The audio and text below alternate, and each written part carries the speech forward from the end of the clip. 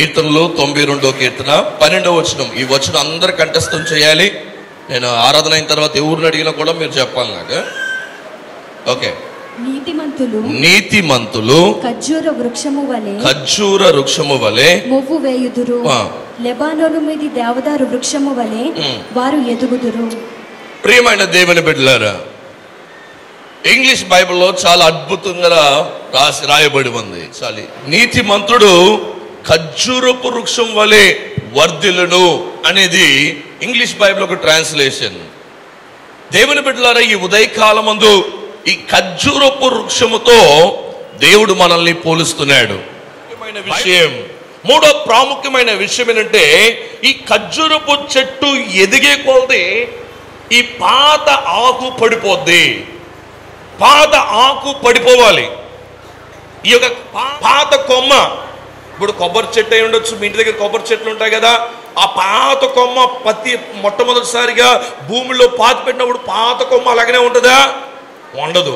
ప్రతి విశ్వాసులైన వాళ్ళు పాత జీవితాన్ని విడిచిపెట్టాలి, పాత స్వభావాన్ని విడిచిపెట్టాలి, ఈ పాత మనిషిని విడిచిపెట్టాలి. కొంతమంది అంటారు, ఒరే నేను రక్షించబడకపోతే మామూలుగా ఉంటుందిరా, నీకు చర్చికి వెళ్తాను కాబట్టి ఇంకా నా నాలుగు బాగా పనిచేస్తుంది, లేదంటే మోటార్ ఆన్ చేస్తే నేను ఇక్కడ ఉండవు, నా చేయి దెబ్బ తినలేదురా, రక్షించబడ్డాను కాబట్టి ఈరోజు ఇలాగున్నాను అంటావు. అంటే ఏమంటున్నావు? నువ్వు పాత మనిషిని పిలుస్తున్నావు, పాత స్వభావాన్ని తీసుకొస్తున్నావు. కాబట్టి దేవుని బిడ్డలారా, పాత జీవితాన్ని విడిచిపెట్టాలి. అందుకని అంటాడు, ఇక పాత అన్నిటినీ గతించి క్రీస్తునందు ఉన్నవాడు పాతి గతించిపోయిను, ఇదిగో సమస్తము నూతనమాయను. కాబట్టి పాతి అన్నీ గతించిపోయిన, అన్ని మాటను అండర్లైన్ చేసుకోవాలి, సమస్తము అనే మాటను అండర్లైన్ చేసుకోవాలి. కొలసి పత్రికలో రాయబడి ఉంది, పాతి వెళ్ళిపోవాలి, పాత జీవితం పాతాకు పోవాలి, పాత కొమ్మలు పోవాలి. కొంతమంది పాత కొమ్మలు ఏం చేస్తారు తెలుసా? ఫెవిక్విక్ వేసి అంటించుకుంటారు. అది ఊడిపోయినా ఎత్తి జాగ్రత్తగా తీసుకొని అంటించేసుకుంటారు. జాగ్రత్త సుమా. పాత జీవితం అంటే దేవుని యొక్క వాక్యానికి వ్యతిరేకమైన ఏది కూడా పాతదే. కొంతమంది అంటారు పెళ్లిళ్ళ సమయంలో పెద్దలు చెప్పారండి అంటే ఏంటి? పాత కొమ్మని తీసుకొచ్చి పక్కన పెట్టుకుంటాను. నీకు వాడికి లేకపోతే వాళ్ళకి నీకేంటి పోల్చి చూడడం. మన అలాగనే ఒక పాస్టర్ గారు సడన్గా అంటారు, అమ్మ 3వ రోజు వెళ్ళి పాలు గీళ్ళని పోసి వచ్చారా అంటున్నారు. ఎవరు పాలు పోసారని నేను అడుగుతున్నాను. సమాధులు అంట పాలు స్వీటు ఆయన బాగా తాగేవాడు అంట, బాగా సీసాలో పెట్టి ఆయనకి పోయి. ఇంకా కొంతమంది ఏం చేస్తున్నారు? రోజులు పెట్టుకుని ఏం చేస్తున్నావు? తీసుకువెళ్ళి ఆగా ఫోటో ముందు పెట్టడము, లేకుంటే సమాధి దగ్గర పెట్టడము, ఇవన్నీ కూడా పాత కొమ్మలు. ఈ పాత కొమ్మల్ని ఏం చేస్తున్నావు? ఏదో ఒక గమ్మేసి అండించేసుకుంటున్నారు. ఇంకో కొంతమంది అడిగితే మా పెద్దోళ్ళు ఒప్పుకోవట్లేదండి. ఒప్పుకోకపోతే నువ్వు వెళ్ళిపో, వాళ్ళతో కలిసి, వాళ్ళు నరకానికి వెళ్తారు, వాళ్ళతో కలిసి సంతోషంగా నరకానికి వెళ్ళిపో. నీకెందుకు సంఘం? నీకెందుకు పరిశుద్ధ ఐక్యత? నీకెందుకు సహవాసం? నీకెందుకు? పాత జీవితం కలిసిన వాళ్ళకి, పాత స్వభావం కలిగిన వాళ్ళు నరకానికి వెళ్తారు, కానీ దేవుని రాజ్యంకి ఎలాగ వెళ్తారు? కాబట్టి సమస్తము క్రొత్త కావాలంటే ఆలోచించి చూడండి. ఒక వ్యక్తి చక్కగా సూట్ వేసుకొని, చాలా స్టైల్గా అద్దాలు వేసుకొని, ఫుల్ ముఖమంతా పౌడర్ వేసుకొని, పైనంతా టాప్ అంతా కొత్త, కింద ప్యాంట్ ఏమో చిరిగిపోయింది, ప్యాంట్ అంతా చిరిగిపోయింది, జోడులు లేవు, కాళ్ళంతా కూడా కాల్వలో నడిచాడు. అలాగ నడుచుకుంటూ వస్తే ఆ వ్యక్తిని చూస్తే నీకు ఏమనిపిస్తుంది చెప్పండి? కాబట్టి ఇంకా చాలా మంది విశ్వాసులు పైన ఎలా కనిపిస్తున్నాడు? బాబోయ్, నీ అంత జ్ఞాని, నీ అంత ఆరాధన చేసేవాడు, నీ అంత గొప్పోడు ఎవడు లేడు. నేను ఇదే చేయగలనండి, నా స్టైలే వేరే అనుకుంటారు చాలా మంది. తప్పు. దేవుని బిడ్డలారా, పాత మనిషిని విడిచిపెట్టాలి. నీ పాత కొమ్మలు విడిచిపెట్టినప్పుడే నువ్వు ఎదుగుతావు అనే విషయం మర్చిపోవద్దు. కాబట్టి పాత కొమ్మ పడిపోయిందని ఆ చెట్టు బాధపడదు. ఎందుకంటే పాత కొమ్మ పడిపోతేనే దాని బలం వస్తుంది. బలము రావడం ద్వారా ఇంకా ఎదుగుతూ ఉంటుంది. పాత స్వభావం, పాత ఆ యొక్క ఆలోచనలు, పాత జీవితం విడిచిపెట్టాలి. ఎప్పుడైతే విడిచిపెడతావు అప్పుడే పెద్దదాన్ని అవుతావు, పెద్ద వ్యక్తి అవుతావు. నా కుమార్తె పక్కగా అవుతుంది. కారణం ఎందుకంటే హైట్ ఎక్కువ అవుతుంది అనమాట. హైట్గా పెరిగే వాళ్ళు బక్కగా అవుతారు, చిక్కుతారు, కొంచెం అలాగ అవుతారు. కాబట్టి పైకి వస్తారనమాట. నా కుమార్తె నాలుగు హైట్ అనమాట. నా కుమారుడు 3.5 అడుగున్నాడు ఇప్పుడే. దేవునికి స్తోత్రం కలుగును గాక. నా కుమార్తె ఆవిడికి అన్నం చూస్తూ ఇలాగంటూ ఆవిడ ఎదిగేస్తుంది. ఎంత ఆశీర్వాదం అండి. ఒలివ మొక్కల వలె వాళ్ళు ఎదుగుతారు. ఎంత ఆశీర్వాదం చూడండి. మన పిల్లలు బాగుండాలి. ఎప్పుడు అలాగనే చెప్తుండాలి. దేవునికి స్తోత్రం. కాబట్టి పాత కొమ్మలు విడిచిపెట్టాలండి. 4వ విషయం, ఖర్జూరపు ఆకులు ప్రారంభ కాలంలో నెహెమియా దేవుని మందిరము కట్టే సమయంలో అక్కడ గూడారాలు వేయడానికి ప్రత్యక్ష గూడారపు సమయంలో వాళ్ళు ఏం చేశారంటే ఈ ఖర్జూరపు ఆకుల ద్వారా వారు గూడారాలు వేశారంట. అది నెహెమియా గ్రంథము 8వ అధ్యాయము 15వ వచనంలో రాయబడి ఉంది. 4వ విషయం అంటే మొట్టమొదటిగా మీరు ప్రార్థన చేయాలి, 2వది ఆరాధన చేయాలి, 3వది పాతది విడిచిపెట్టాలి, 4వది దేవుని మందిరముని కట్టేవాళ్ళుగా ఉండాలి. దేవుని మందిరంలో వచ్చిన వాళ్ళకి మనము ఆశ్రయం ఇచ్చే వాళ్ళుగా ఉండాలి. ఇది చాలా ప్రాముఖ్యమైన విషయము. నెహెమియా కట్టిన దేవుని యొక్క పరిశుద్ధమైన స్థలము ఆ యొక్క పండుగలు జరుగుతున్నప్పుడు, గుడారపు పండుగలు, ఆ యొక్క అద్భుతమైన పండుగలు జరుగుతున్నప్పుడు, లేకుంటే ఈ యొక్క ప్రత్యక్ష గుడారపు పండుగ జరిగేటప్పుడు అంట ఈ ఆకులు తీసుకొచ్చి లేకుంటే ఈ కొమ్మలు తీసుకొచ్చి చక్కటి గూడారాలు వేసారంట. దాని కింద వాళ్ళు ఆరాధన చేసేవారు. కొంతకాలం వరకు కూడా మన సభలు అలానే జరిగాయని విన్నాను. కాబట్టి మనం కూడా ఎలా ఉండాలి? ఊడిపోయిన కొమ్మ సాక్ష్యంగా నిలబడాలి. దేవుని మందిరంలో సాక్ష్యంగా నిలబడాలి. నీది ఏదైతే విడిచిపెట్టావో, ఏ యొక్క భయంకరమైన కులపిచ్చి, మత పిచ్చి, ఇత పిచ్చి, ఆ పిచ్చి, ఈ పిచ్చి అంతా వదిలేసిన తర్వాత ఆ పిచ్చి చెప్పాలి, నేను పలానా సమయంలో ఇలాగున్నానండి, నేను ఇలాగ మారాను. నువ్వు దేవుని మందిరములో ఒక అద్భుతమైన ఒక మందిరముగా మారాలి. మనము దేవుని మందిరముగా ఉన్నామని అపోస్తలుడైన పౌలు ఆయన చక్కగా చెప్తున్నాడు. మన హృదయము దేవుని ఆలయము. కాబట్టి దేవుని బిడ్డలారా, ఈ యొక్క ప్రారంభ కాలంలో నుంచి కూడా ఈ ఖర్జూరపు ఆకులు దేవుని యొక్క మందిరంలో సహాయపడేగా ఉన్నాయి. దేవుని యొక్క భక్తులకి చాలా అద్భుతమైన విషయాలు వాళ్ళకి నీడనిచ్చే అద్భుతంగా ఉంది. అది మాత్రం కాకుండా ఈ యొక్క దేవుని మందిరం అన్నప్పుడు ఇంకా లోతుగా మీరు తీసుకున్నట్లయితే దేవుని మందిరముని ద్వారాలకి ఖర్జూరపు చెట్టులు వాడతారనమాట. ఖర్జూరపు చెట్టుని కోసి దాన్ని చక్కగా రీపరులు చేసి దాన్ని చక్కగా చెక్కి దేవుడి మందిరపు ద్వారాలుగా చేశాడని మొదటి రాసిన గ్రంథం 6వ అధ్యాయం 29, 32, 35 ఆ వచనాలు, మరియు మొదటి దినవృత్తాంతంలో 3వ అధ్యాయం 5వ వచనము, ఇలాగ బోల్డ్ అని వచనాలు చెప్పడానికి లేదు. కానీ దేవుని మందిరములో ఈ ఖర్జూరపు చెట్టు ఏం వాడతారంట? దానికి ద్వారాలుగా వాడుతున్నారు. ఈ యొక్క విషయం మనం నేర్చుకోవాలి. దేవుని మందిరంలో కలిసి ఉండాలి అనేది ఈ ఖర్జూరపు చెట్టు ఒక ఆశ. నువ్వు ఎలాగ ఉండాలనుకుంటున్నావు? దేవుని మందిరములో ఉండే వాళ్ళే పరలోక రాజ్యం వెళ్తారు. ఈ విషయం మీరు అర్థం చేసుకోవాలి. దేవుని రాకడలో ఆ యొక్క మందిరములో నాటబడిన వాడు ఎత్తబడడు. ఆయన పెళ్లి కుమార్తె అయిన సంఘాన్ని తీసుకువెళ్ళడానికి వస్తారన్నాడు. కాబట్టి దేవుని మందిరములో కిటికీలై ఉండాలి. మనం దేవుని మందిరంలో కార్పెట్ అయి ఉండాలి. దేవుని మందిరంలో ఇలాంటి ఫుల్పిట్ అయి ఉండాలి. దేవుని మందిరంలో ఇలాంటి వాటర్ బాటిల్ అయి ఉండాలి. దేవుని మందిరంలో ఫ్యాన్ అయి ఉండాలి. దేవుని మందిరంలో లైట్ అయి ఉండాలి. ఏదో ఒక పాత్రను ధరించాలి. అది దేవుడిచ్చిన కృప. నీకు ఎన్ని తలాంతులు ఉన్నాయి? సినిమా పాట పాడమంటే అస్సలు ట్యూన్ రాగము అంత మాదనమాట. కాబట్టి దేవుని బిడ్డలారా ఆలోచించి చూడండి. మనము దేవుని మందిరములో ఏదో ఒక పనిని చేయాలి. చచ్చిపోయే సమయంలో కూడా మనం ఒక ద్వారంగా మారిపోవాలి. ఈ చెట్టు కోసేసిన తర్వాత అది చచ్చిపోయిన సమయంలో కూడా దేనికి వాడబడుతుందంట? సొలొమోను రాజు ఈ ఖర్జూరపు ఆ యొక్క రీపర్స్ ద్వారా డోర్స్ తయారు చేయించాడంట. దాన్ని అద్భుత రీతిగా కార్వింగ్ చేసి దాన్ని వాడారంట. కాబట్టి దేవుని మందిరంలో వాడబడే వ్యక్తిగా ఉండాలి. 5వ విషయము, ఈ ఖర్జూరపు చెట్టు దేనికి వాడతారంటే నీడకి వాడతారంట. 5 ఖర్జూరపు చెట్టులు కలిస్తేంట ఎడారిలో నీడనిచ్చే ఒకే చెట్టు. ఎడారిలో నీడనిచ్చే ఒకే చెట్టు. నీ ఇంటికి నీడ నువ్వే, నీ కుటుంబమే, నీ తరాలకి నీ ఇంటికి నీడ. నీ గ్రామానికి నీడ ఎవరు తెలుసా? నీ గ్రామం ఒక ఎడారి. ఆ ఎడారిలో నీ కుటుంబం ఒక నీడగా ఉండాలి. అంతేగాని నేను చాలా హైటు, నువ్వంతా నా కింద అని. అలా కాదు, మన నీడగా ఉండాలి, నీడగా ఉండాలి. భర్త భార్యకి నీడ అంట. భర్త లేకపోతే భార్య భర్త ఉన్న వరకు వీడు ఎప్పుడు చచ్చిపోతాడా అంటది. పోయిన తర్వాత అప్పుడు అర్థమవుద్ది. భర్త లేకపోతే, ఆ పేరు లేకపోతే చాలా భయంకరం అండి. ఆ పేరు కోసం మనం బ్రతకాలి. ఆయన నీకు నీడగా, ఆయన తాగుబోతుడవచ్చు, దుర్మార్గుడవచ్చు, అక్రమం చేసేవాడవచ్చు, ప్రార్థన చేసి మార్చుకోవాలి. కానీ ఆయన చచ్చిపోవడం ద్వారా నీకు మేలు జరగదు.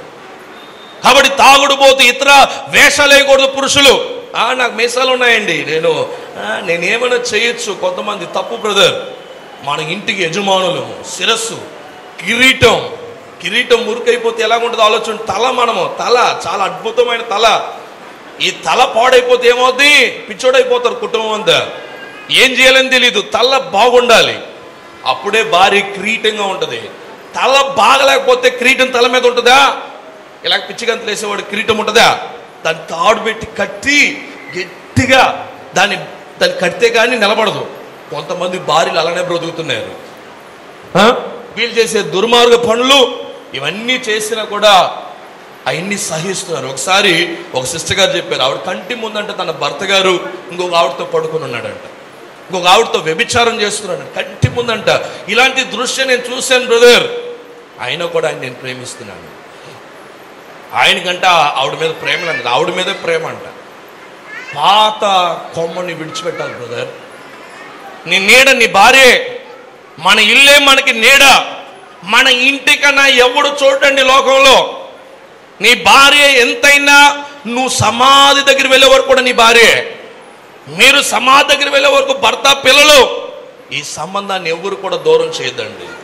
ఈ ఖర్జూరపు చెట్టు ఒక చెట్టు ఉంటే నీడ రాదంట, 5 చెట్లు గెలిస్తంట నీడంట. భర్త భార్య కనీసం ఒక 2 పిల్లలు చాలా చక్కటి నీడేస్తారు. ఈ చెట్టు కిందంట చాలా చాలా చెట్లు వస్తాయంట. ఏమేమి చెట్లు తెలుసా? ఆ చెట్టు కింద చాలా చక్కటి చెట్లు వస్తాయి. ఏమేమి చెట్లు? ఆరెంజ్ చెట్లు, అలాగా నిమ్మకాయ చెట్లు, ఇంకా చిన్న చిన్న చెట్లన్నీ కూడా అంట ఈ ఖర్జూరపు చెట్టు కింద వస్తాయంట. ఎంత అద్భుతం చూడండి. మనల్ని నమ్మి కొంతమంది మన సంఘానికి వస్తారు. మనమే పాడైపోతే వాడు ఎక్కడికి వెళ్తారండి? కాబట్టి మనము నీడ ఇచ్చే వాళ్ళుగా ఉండాలి. అందుకని ఎబ్రీ పత్రిక 10వ అధ్యాయం 25 అంటాడు, ఆయక మనము దేవుని మందిరాన్ని విడిచిపెట్టకూడదంట. దేవుని మందిరంలో ఉండే మనము నీడగా ఉంటాం. కొత్తగా వచ్చే విశ్వాసులు ఎవరు? ఆరెంజ్ చెట్టు, నిమ్మకాయ చెట్టు, ఇంకొక చెట్టు. మనము వారికి నీడగా ఉంటాము. 6వ విషయం ఏంటంటే మనము ఫలించే వారుగా ఉండాలి. ఏ చెట్టు ఆ చెట్టు ఫలాన్ని ఇస్తుంది. ఈ ఖర్జూరపు చెట్టులో ఉన్న అద్భుతమైన విషయం ఏంటంటే ఇది ఒక కాయ ఇవ్వదు, ఇది రకరకాలైన కాయలు ఇవ్వదు. ఇది అన్ని ఒకే రకమైన కాయ, ఎక్కువ కాయలు ఇస్తుంది అనమాట, ఎక్కువ కాపు, చాలా అద్భుతంగా ఉంటుంది. దీంట్లో ఈ యొక్క ఫలములంట చాలా రకాలైన కాలాలు ఉన్నాయంట. అది దోరగా ఉన్నప్పుడు ఒక రేట్ అంట, దానికి కొంచెం ముగ్గినట్లు అయితే అది ఒక రేటు, ఇంకా బాగా ఉన్నప్పుడు ఒక రేటు, ఇంకా బాగా ముగ్గిపోయినప్పుడు దానికి ఒక రేట్ అంట. ఈ యొక్క ఫలములో ఇన్ని తేడాలు ఉన్నాయి. ఒక ఖర్జూరపు చెట్లు కొంచెం పచ్చిగా ఉందనుకోండి, అది చాలా కొంచెం గ్రీనిష్గా ఉంటే దాని రేట్ చాలా ఎక్కువ అంట. అందుకని దుబాయ్ ఇతర ప్రాంతాల నుంచి ఈ కొంచెం పచ్చగా ఉండే దాన్ని ఎక్స్పోర్ట్ చేస్తున్నాడు, ఎందుకంటే అది చాలా ఎక్స్పెన్సివ్ అనే విషయాన్ని నేను తెలుసుకున్నాను. కాబట్టి ఫలం ఇచ్చే కాలంలో కూడా ఒక్కొక్క సీజన్ ఒక్కొక్క రేట్ ఉంటుంది అన్నమాట. కాబట్టి దేవుని బిడ్డలారా, మనము ఫలించేవారుగా ఉండాలి, ఫలం ఇచ్చే చెట్టు వలె ఉండాలి. చెట్టు చెడ్డ ఫలం ఇస్తుంది, మంచి చెట్టు మంచి ఫలం వేస్తుంది.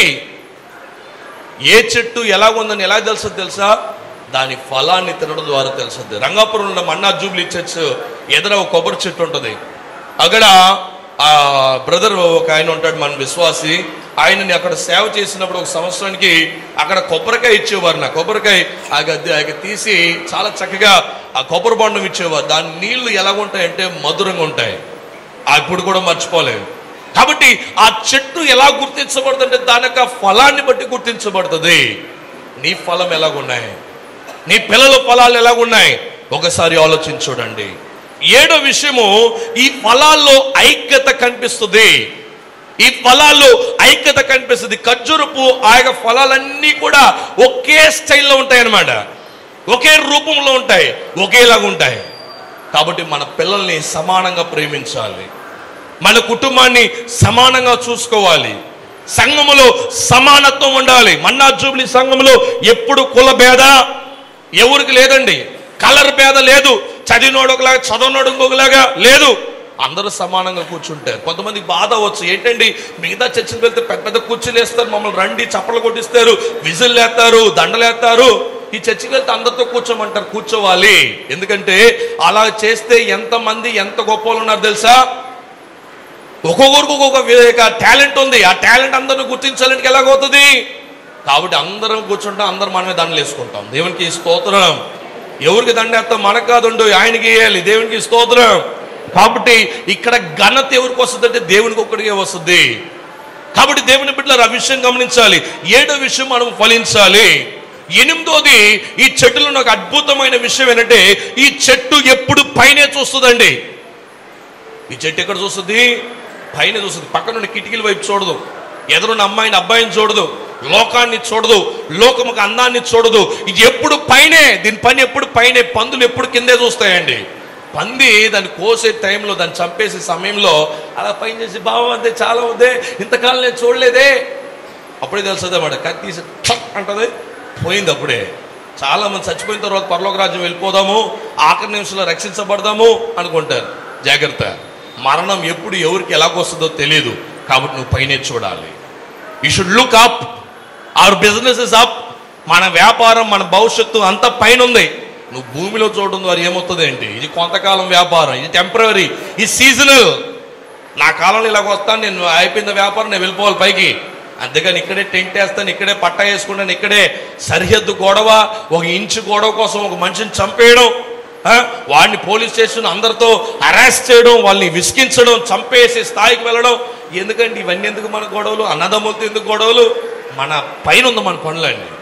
ఈ యొక్క ఖర్జూరపు చెట్టు 8వ విషయము, పైన చూసే చెట్టు. దాని ఆకులు కూడా ఎలాగుంటాయంటే పైన చాలా గ్లాసీగా ఉంటాయి, కింద మ్యాట్ ఫినిషింగ్ ఉంటుంది అనమాట. అంటే అర్థం ఏంటి? పైన చాలా అందంగా దేవునికి స్తుతులు చెల్లిస్తుంది, కింద నాకు అవసరం లేదు, కింద లైన్లుగా ఉంటుంది. చూడండి, కావాలంటే ఇవాళ కొబ్బరాకు వెళ్ళి కొబ్బరి చెట్టాకు చూడండి ఎలాగుంది, వెనక ముందు చూడండి, అప్పుడు అర్థమవుతుంది. అది ఎప్పుడు పైన చూసే చెట్టు. నువ్వు పైనే చూడాలి, పైన చూసే వ్యక్తిగానే ఉండాలి. 9వ విషయం ఏంటంటే ఈ చెట్టు వేర్లు లోతుగా నాటబడతాయి. కొంతమంది తెలుసా, పోయిన వారు ఒక చర్చిలో ఉంటారు, అక్కడ అప్పుడే కాలు పెడతారు, అక్కడ ఏదో వస్తుంది ప్రాబ్లం. మరుసటి రోజు ఇంకొక లూథరన్ చర్చికి వెళ్తారు, బాగలేదండి, అది బాగలేదు. ఇంకో రోజు జీడిఎం చర్చ్, అక్కడ బాగలేదండి. మన్నా చర్చ్ ఒక వారం, బాగలేదండి. ఇంకొక చర్చ్. ఆఖరిగా నువ్వు ఎక్కడ నాటబడతావు తెలుసా? సమాధిలో నాటబడతావు. సైతం అక్కడే ఉంటుంది. దేవుని బిడ్డలు ఆలోచించి చూడండి, నువ్వు ఎక్కడ నాటబడుతున్నావు? తల్లి సంఘములో దేవుని మందిరంలో నాటబడిన పచ్చటి ఒలివ చెట్టు అయి ఉండాలంటున్నాడు దావీదు. నువ్వు ఎక్కడ నాటబడుతున్నావు? ఏ వీధిలో నాటబడి ఉన్నావు? ఏ ఇంటిలో నాటబడి ఉన్నావు? నువ్వు దేవుని మందిరంలో నాటబడాలి. ఈ చెట్టు అంట ఎడారి కదండి, ఫుల్ ఇసుక. ఈ ఇసుక మధ్యలో కట్టడం అనేది చాలా కష్టం, దేవుని వాక్యమే చెప్తుంది. బుద్ధి కలిగిన వాడు ఎక్కడ కడతాడంట? రాటి మీద కడతాడు. బుద్ధి లేని వాళ్ళు ఎక్కడ కడతారంట? ఇసుక మీద కడతాడు. ఇసుక మీద ఉన్న ఈ చెట్టు ఎంత గాలి వచ్చినా ఇలా నిలబడుతుంది అనమాట. అది స్పెషాలిటీ దీనికి. ఎంత గాలి వచ్చినా, ఎందుకంటే అది ఎంత ఎదుగుతుందో అంత లోతుగా తనక ఫౌండేషన్ ఉంటుంది అనమాట. ఫౌండేషన్ లేకపోతే పాడైపోతాం. కాబట్టి వాక్యం తెలియకపోతే, ఎవడు చెప్పిన వాక్యం వింటే పాడైపోతాం. టీవీలో చాలా మంది వర్తమానాలు బాగున్నాయి, బాగా స్టంట్లని చేస్తున్నారు, బాగానే ఉన్నాయి, బాబాలు కూడా చేస్తున్నారు. కాబట్టి దేవుని బిడ్డలారా అది కాదు కావాల్సింది. నువ్వు ఎక్కడ బేస్ అయి ఉన్నావు? నీ అస్థిభారము దీంట్లో ఉందా లేకుంటే మాటల్లో ఉందా? లోతుగా వేయబడాలి. మన యొక్క బోధ తెలుసుకోవాలి. మన బోధ ఆదిమ సంఘం, మన బోధ బైబిల్ గ్రంథం చెప్పేది. మనం ఒక వాక్యంతో వెళ్ళాం, బైబిల్ అంతటినీ పాటించే సంఘం. కాబట్టి లోతుగా నాటబడాలి, లోతుగా నాటబడాలి. ఈ యొక్క లోతుగా క్రైస్తవుడు నాటబడాలి. అప్పుడే నువ్వు వర్ధిల్లుతావు, చాలా కాలం ఉంటావు. 10వ విషయం నేను ముగిస్తున్నాను. 10వ విషయము, ఈ చెట్టులో ఫ్లెక్సిబిలిటీ ఉందంట. ఏంటి ఫ్లెక్సిబిలిటీ? ఫ్లెక్సిబిలిటీ అంటే ఏం తెలుసా? మన ఒక 3-4 వారాల ముందు మంచి గాలి వర్షం వచ్చింది, చాలా చక్కగా వాతావరణం మారిపోయింది. తెల్లారుజాము 2 గంటలకి లెగ్సి కూర్చున్నాను. భయంకరంగా గాలి, కిటికీలను కొట్టేసుకుంటున్నాయి. జాయ్ అపార్ట్మెంట్లో అప్పుడు పైన ఖాళీగా ఉన్నాయి, ఇప్పుడు అన్ని ఫిల్ అయిపోతున్నాయి అనుకోండి. అప్పుడు కిటికీలు కొట్టేసుకున్నాయి. ఏంటని బయట చూస్తే కొబ్బరి చెట్టు. ఆ కొబ్బరి చెట్టు చూస్తేనే భయం వేసింది నాకు. ఏంటంటే ఆ కొబ్బరి చెట్టు ఇలా వాలిపోతుంది, మళ్ళీ ఇలాగంటది, మరలా ఈ గాలి వస్తేనే ఇలా వాలిపోద్ది, మరలా ఇలాగంటది.